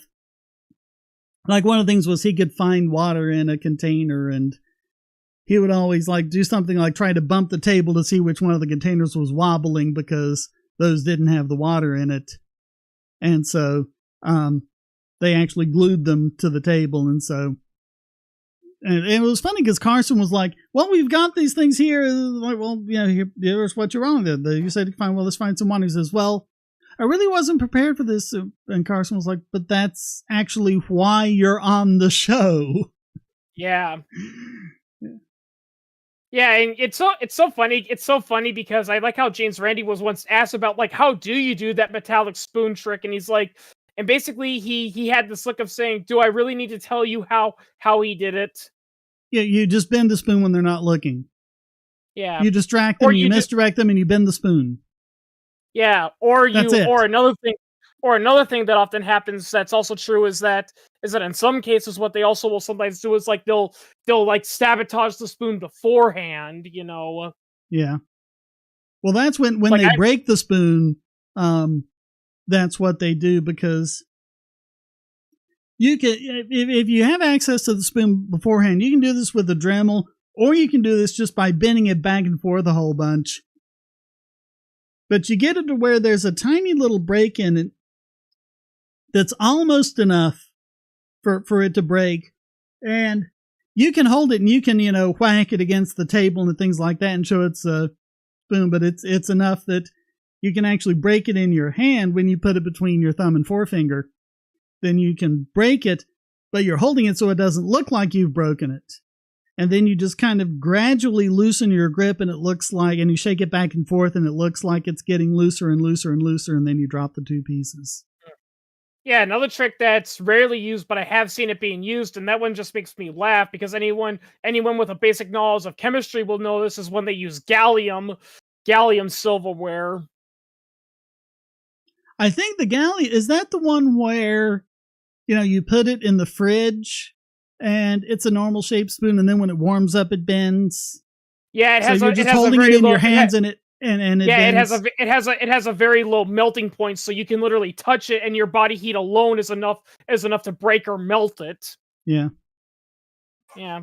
Oh, Geller's a terrible illusionist. He cannot hack it as an illusionist. That's why he has to claim it's real. Yeah. Fun fact, I remember there was an interview with Uri Geller, and Geller later admitted that, that one thing that surprised him was that he was actually getting ready to be ready to say, well, I'm a fraud. I should probably go back to Israel and get a real job. And then he discovered all these people were saying, oh no, we believe you. James Randi's just a cranky old man. They were doing that with Peter Popoff. After Yeah. the whole expose on Carson, people were calling up Popoff, was like, oh, they were so mean to you on TV, you wonderful man of God. How can I send you money? Oh yeah, It's just, people are just... Yeah, that's the funny irony. I've heard people say Geller was like, well, he got me. I'm ready to call it quits. I got to go back to Israel and get a real job now. But he continued doing it because people kept saying, "Oh, we believe you." Yep. I The mean, true believers. I mean, this is something we see a lot with humanity, and this is a big flaw we have: is that humans do not like to admit if that they've been scammed or they're wrong. They just don't like it. I think it goes back to the sunk cost fallacy, is that people just don't want to lose, They don't want to realize, oh, I lost all my money to this con artist. No, it can't be like that. Yeah, it hurts, It really makes me wonder with some of those, diehard Christians, like, what would happen, like, if Cthulhu in real life appeared in real life and told everyone, yeah, guys, yeah, I'm here to say this. I'm Cthulhu. I'm real as you can be. All your religions are wrong. It turns out H.P. Lovecraft was the correct person. I wonder how a lot of these Christians would react. They'd probably dismiss it or something, Yeah, I'm looking. SKM Heydrich was convicted as a sex offender, but I'm trying to see if he's still in. Oh yeah, as of 2021, according to Wikipedia, he is housed at the Coalinga State Hospital. Oh yeah, wasn't he also that fake martial artist too? Yeah. Yeah. After serving his sentence, he was sentenced to 17 years. After serving his sentence, he was remanded to the state hospital for treatment. Psychologist Jesus Padilla described Heydrich as an extremely difficult patient who suffers from pedophilia, paraphilia, and antisocial personality disorder. Mm. But yeah, he was the one who was like, if you put a pencil on the table, he could psychically move it with his mind. And Randy was thinking like, hey, maybe he's just, blowing out through his nose across the table or something. And so Randy just, put those little styrofoam packing peanuts, put some of those around it to see if it would blow them away. And all of a sudden it was like, oh, the styrofoam is artificial and it's interfering with my natural telekinetic abilities. It's like, yeah, you lying sack of shit. Yeah. Well, I mean, Heydrich later admitted, that his whole thing was a scam and that he made up, this trick, while he was serving time in prison for kidnapping.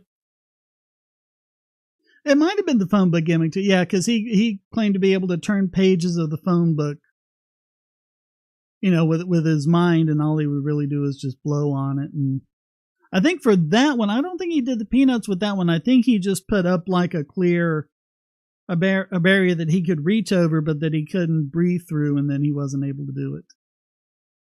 And he was saying, well, it is this phone book. Look at how difficult it is to turn the page. And he was just trying to lightly touch the page to show they wouldn't turn, and then they kept turning just from a light touch. Mm. Yeah, Schism, you got to watch out for martial arts. It turns out that there's a lot of baloney in the martial arts world. Oh yeah. Well, like the whole thing, like what most Americans think about martial arts is breaking the board with your hand. Yeah, all they do is cross cut it. Yeah. So the grain is going across and not long ways, and I mean, it doesn't take that much force at all to break a board like that. Oh yeah, I've seen. Yeah, I saw on Penn and Teller's bullshit and all that. They did that trick, and there was this woman, who was who was, I'm not saying she was weak or anything, but she was kind of old and looked like she didn't have a lot of strength. And they told her, "Now you break the board." She broke it with ease. Yep. Yeah. Yeah, same thing. Same thing with the whole break an arrow with your throat. It's like that's not an arrow. That's a training arrow that they use. For training children. Yeah. Yeah, Yeah, yeah, try, yeah, it's basically a dowel is what it is. It's not even how yeah, they make wooden arrows, let yeah, alone metal ones. yeah. Speaking of Whereas, martial arts, Pen- how exactly do the Chino touch martial arts work? Why do the people fall down? It's just subconscious. It's psychology. It's just yeah, the yeah. It's too. Yeah.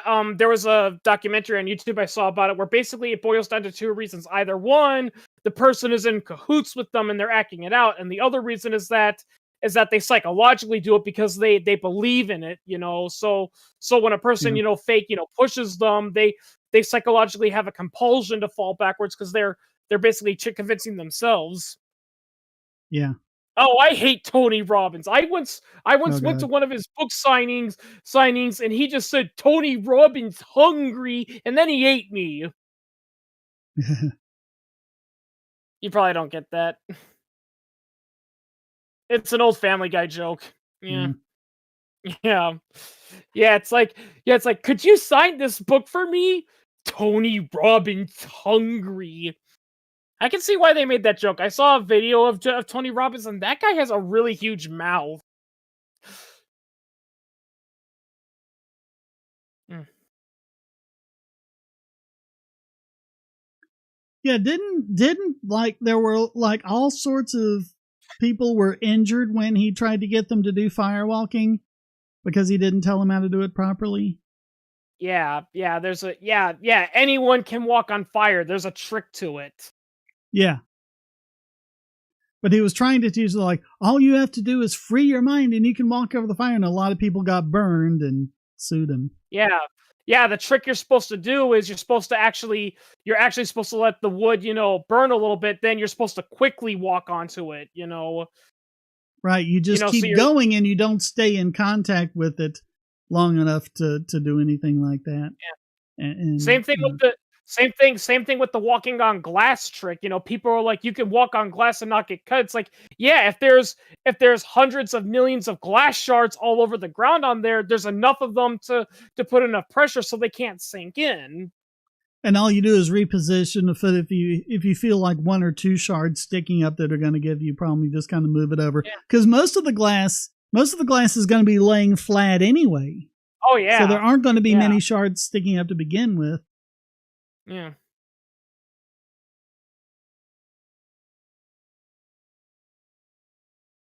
The Rhino Party. That's the party of Canada that wants to annex the United States into Canada, right? Well, that's what Chauncey. That's what a lot of people were saying to him, and it's like, oh, okay, you can walk on 1,000 degrees and not get burned. Okay, instead of coals, how about 1,000-degree metal plate? Let's see if you can walk across that. Yeah, Oh I don't yeah. think so.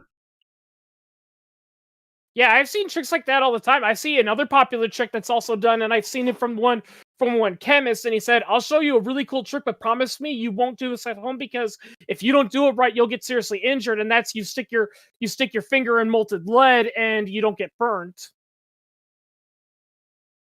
Because apparently molten lead doesn't stick to the skin, and basically what you're just supposed to do is the same thing like it is. You quickly dip your Well, finger there, then you immediately pull it out. what happens is if you have sweat, or if you don't, you can just put some water on it. It's called the Leidenfrost Effect. What happens is, as long as it's instantaneous, it'll make just a little bit of steam, which is a good insulator between you and the lead. So as long as you don't keep it in the lead, Yeah, then it won't be there long enough. yeah. So yeah, there's stuff like that you can do all the time if you know the tricks to. Yep. And people like Tony Robbins, they just pretend it's real and don't tell people it's a trick and have them do it Yeah, and then get seriously injured. yeah. And then blame them. Well, you didn't have enough faith. No, you piece of shit. Yeah, they're parlor tricks. And funny thing is, it wasn't just James Randi that did this. Johnny Carson was actually kind of into debunking stuff too, because apparently Johnny Carson, before he made it big as a TV host, he used to be a magician. So he knew a lot of these tricks too. Well, and he and Randy were really good friends, and so he was always going to Randy to say, okay, what do I do with this guy? Yeah. My favorite thing that Randy ever did was when he had those people say pretend you're psychics but get into a project with this because there was this US government project going on, and he told them, but there's one stipulation. If they ask you, are you a psychic, you confess and say, no, we're not. This is all an experimental thing. And they said throughout like the couple years they worked there, nobody ever asked them, are you legitimately psychic? Nope, that was when they were doing the spoon bending stuff and they were wowing all these scientists. And they never asked, how are you doing this? Is this a trick or anything like that? And the interesting postscript to that, one of the guys he sent there was a guy by the name of Steve Shaw, who is now known to audiences as Banachek. The mentalist? I'm not familiar. Oh, yeah, he's got an amazing act. Mentalism is like this whole other thing in magic because it's still magic tricks, but for some reason, so many people are just say, okay, I know the magician doesn't really saw the woman in half, doesn't really catch the bullet in his teeth, things like that. But then they see a mentalist and they think it must be real. And even when the mentalist tells them, look, these are tricks. I can't actually read minds. They think, no, you must really be able to read minds. Oh yeah. Yeah, I've actually heard that from there's been actual magicians, that they're like, no matter how much we explain to them how it works, people are like, no, you must actually have superpowers. It's like, no, I don't. I'm explaining it to you.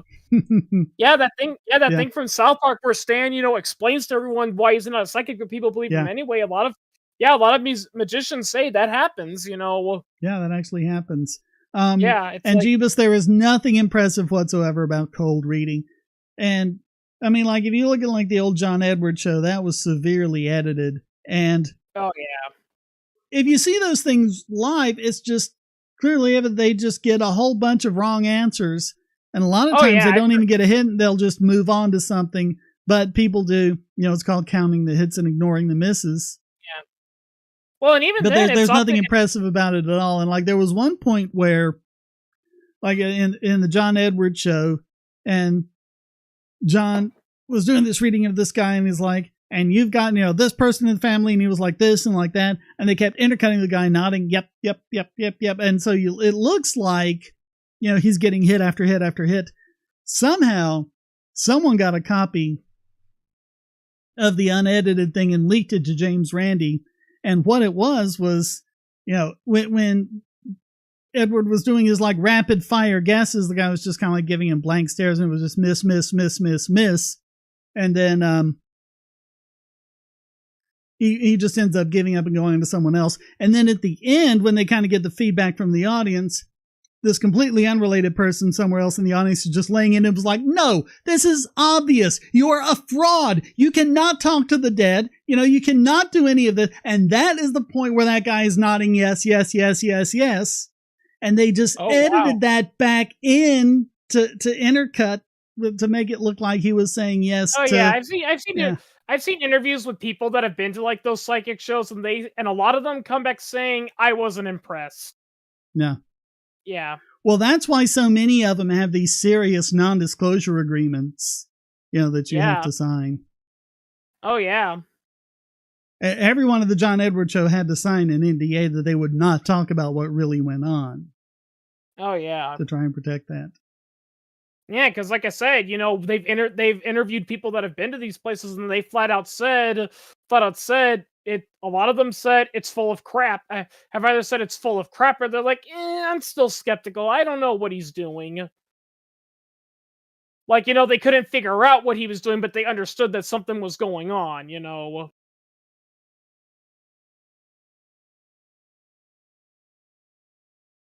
Yeah, and there are a lot of people who've just said, look at James Randi, James Von Prague, people like that. They're like, yeah, it's obvious what he's doing. Anyone could do it.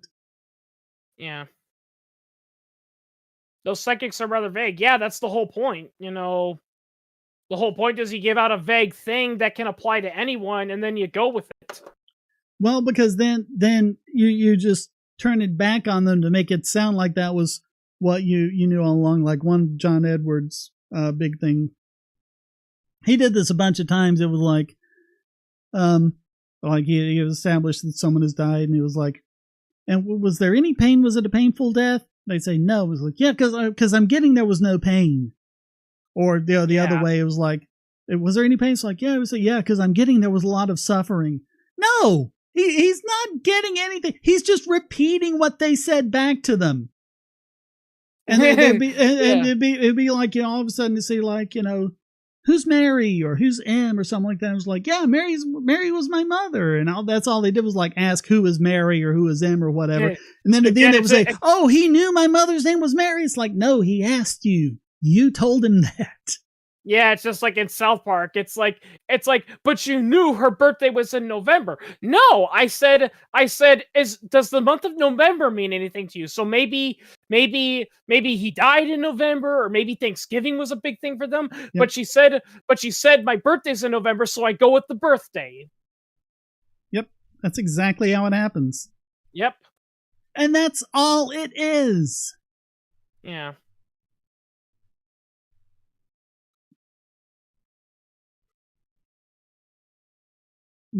Yeah, I mean, actually, going back, to Penn and Teller, I love how they got that one guy, who did the psychic reading, and like all these people were impressed. And it's like, wow, this guy can really talk to the dead. And finally says, okay, guys, I have one final confession before we end all this. I am not a psychic. I used to be one, but I was also a con artist, and I don't do that anymore. Yeah, Mark Edward does that. Yeah. Because he reformed. Yeah. Yeah, he admitted that he used to be a con artist, and part of his con was he would be, a psychic, Oh, and yeah, that's another thing too, Chauncey. Another reason why people are willing to believe this is a lot of people, especially like if a person who died, died recently, they're in a very highly emotional state and all that. Oh, absolutely. Especially just real pieces of crap like Sylvia Brown, who would pretend to tell everyone, that your daughter's dead, honey.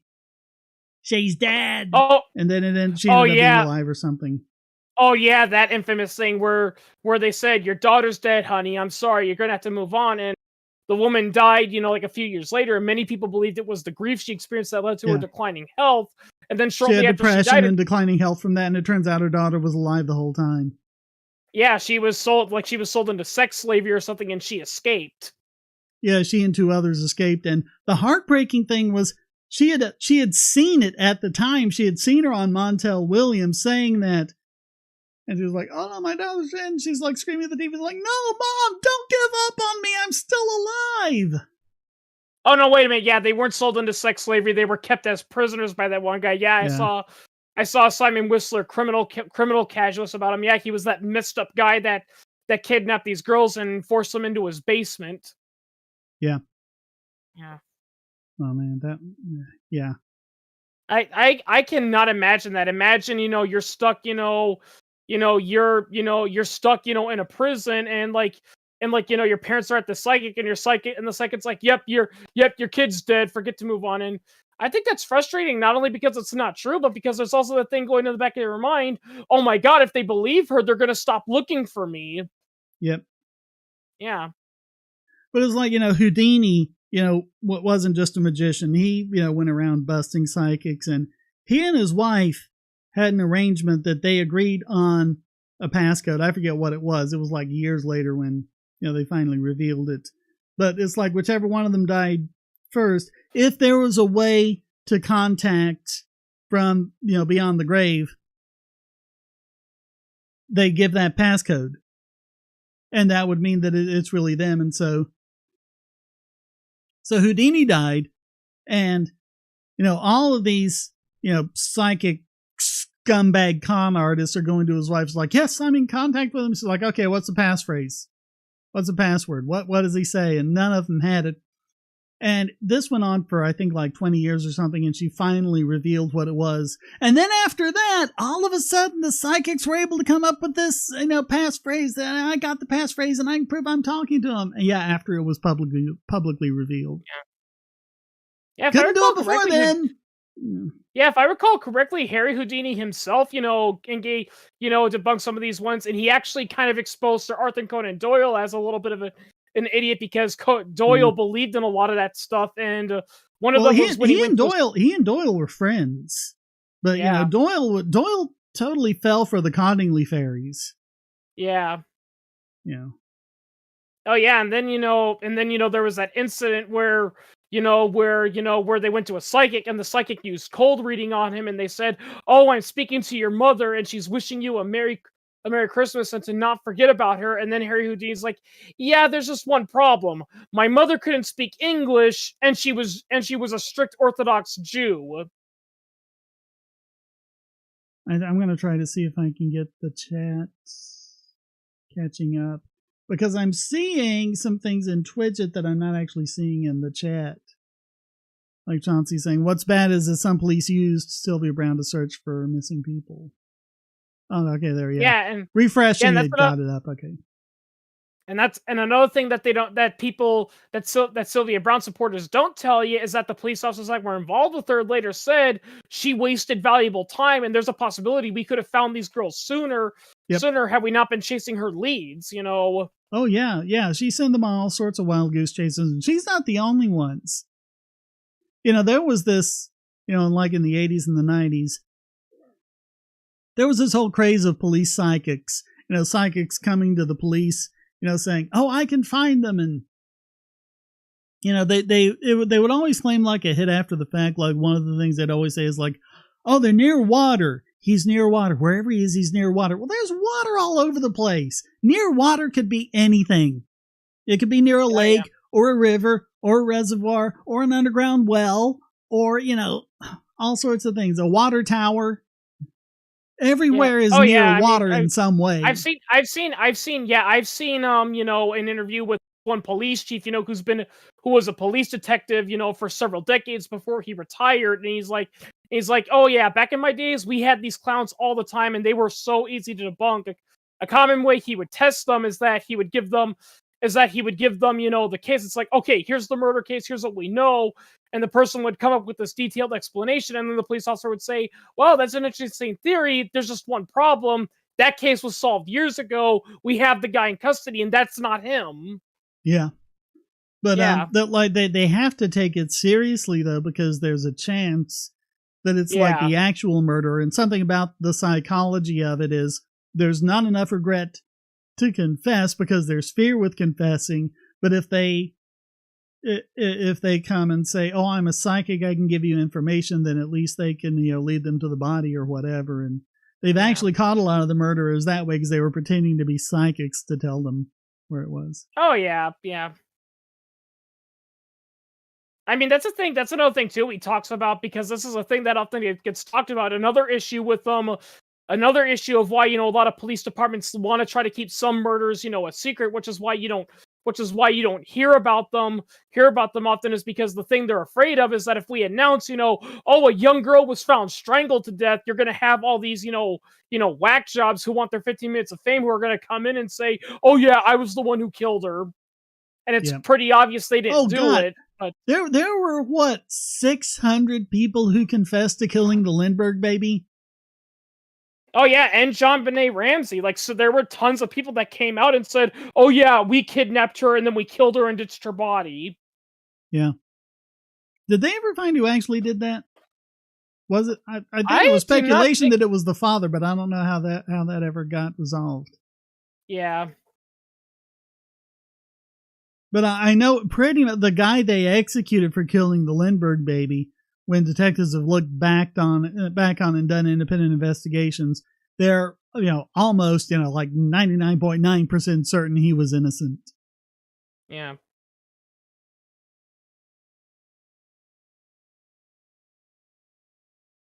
But I mean, it was just it was one of those that just caught the national attention that the public wanted blood, and that's what happens, and that leads to injustice.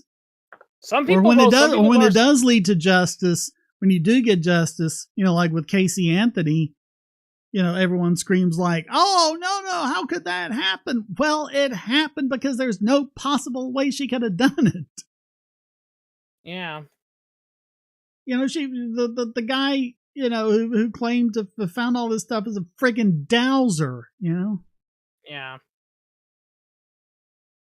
I did a recent podcast episode on him because there was some more stuff about Yeah, him. Kaylee Anthony. Yeah, I've read about that. I mean, like from what I've read, yes, she did provide false evidence to the police, but and many people point us out that doesn't automatically mean guilt. Right.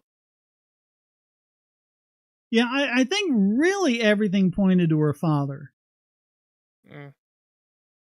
But they get one person in mind and they just focus on that. Yeah. Oh, fun fact, Jeebus. You mentioned that Zodiac. Granted, there's no way to perfectly know for sure, but they actually think they've got a pretty solid suspect of who the Zodiac killer was. The only problem is that he's dead now. So yeah, I forgot who he is, but they found out there was actually this one guy who they did some DNA testing from some DNA that was found at the crime scene, and they linked it to him. And they noticed, when they looked at him, that he had a lot of the physicality features that many eyewitnesses said, the Zodiac killer had, including the scar on his chin. And they did further research and found out, he did have a history of violence and mental health institutes, and the Zodiac killing stopped after he was institutionalized for a bit. But there like I is, said, yeah. They're showing up in Twitch. They're just for some reason the chat itself is not keeping up. Yeah, I mean, granted, we'll never know 100% know for certain, and probably never will know. But still, I looked it up, and I'm like, you know what? I could see that being plausible. Yeah. Mm. SKM says, any ideas what they did with Jimmy Hoffa? Who knows what they did to him? If nothing else, how does that not just demonstrate quite clearly that unions are basically organized crime? Well, yeah, if I recall correctly, I mean, that's the problem was that he was he was one of the few cases of a union that wasn't run by organized crime. So I mean, okay, Brett Kavanaugh. John C's bringing up Brett Kavanaugh. When they were doing the whole thing with Brett Kavanaugh, the whole the hearings for the appointment and everything, protesters, anti-Kavanaugh protesters, broke in, stormed the Capitol, and even went over to the Supreme Court and started bashing on the doors of the Supreme Court trying to get in. Why wasn't that an insurrection? Why was January 6th an insurrection, but that wasn't? Show me the difference, people. Show me the difference.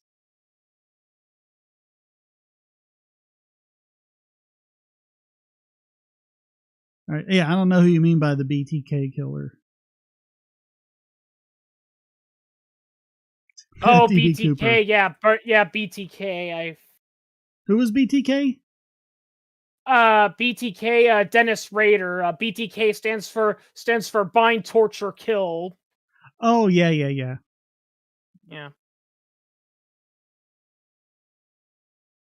Fun fact about D.B. Cooper, we actually have a very highly plausible suspect, for who D.B. Cooper was. But apparently he totally got away with it and ended up living the high life somewhere. If this person is D.B. Cooper, he actually didn't live the high life because if he was D.B. Cooper, he did something that was pretty smart, is that he didn't flauntingly spend the money, he kept it hidden away somewhere. Well, yeah, but he was still living comfortably. He wasn't suffering. Oh, yeah. He wasn't high profile about it. Mm. But yeah, he didn't have to work again. Mm.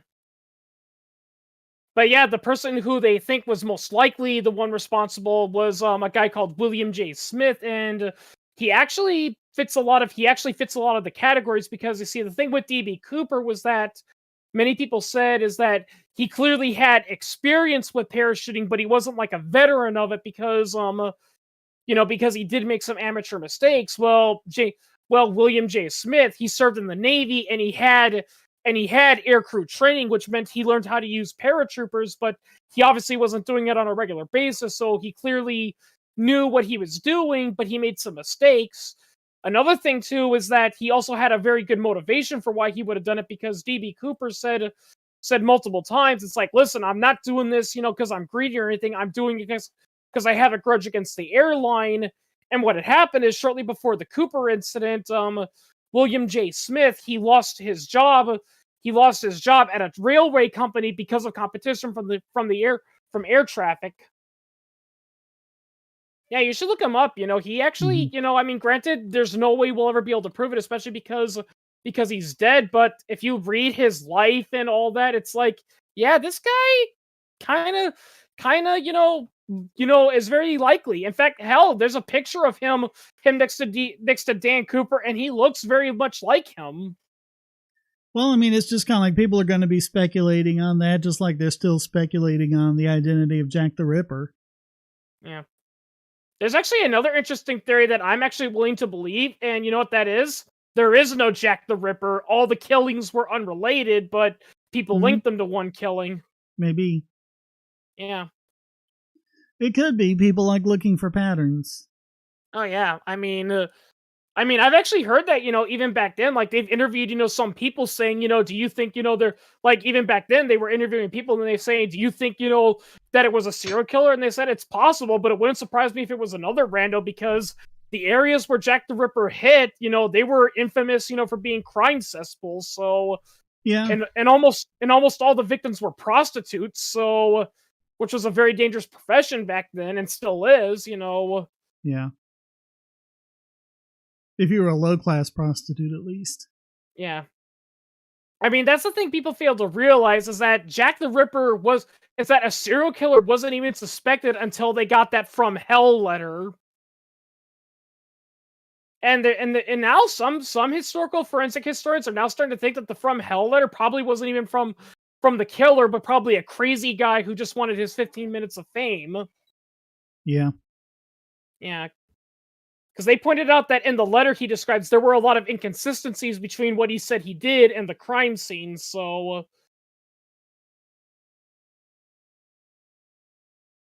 Well, that's why, nowadays what police do is they'll hold a lot of facts back. Yeah. And just keep them secret so that when they interrogate it, like if someone's going to come forward and confess to the crime, do they know these details? Or if they interrogate someone, do they let any of those details slip?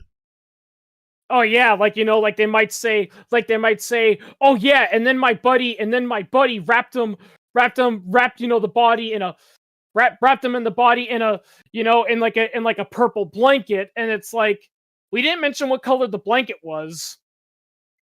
Yeah. Yeah. Which means they either committed the crime or they might have known something, Yeah.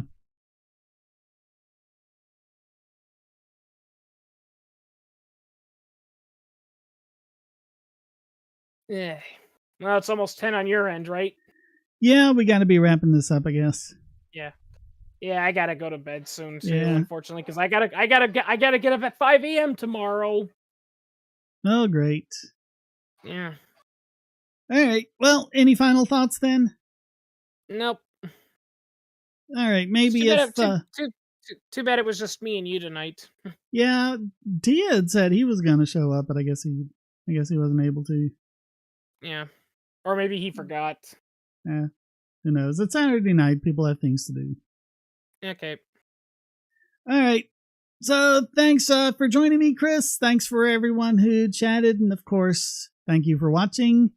We'll see you, SKM, Chauncey, Jeebus, everyone else who gave us all these wonderful topics to talk about. And of course, thank you for watching. And we'll be back next month for another one of these. Until then, stay strong and be free.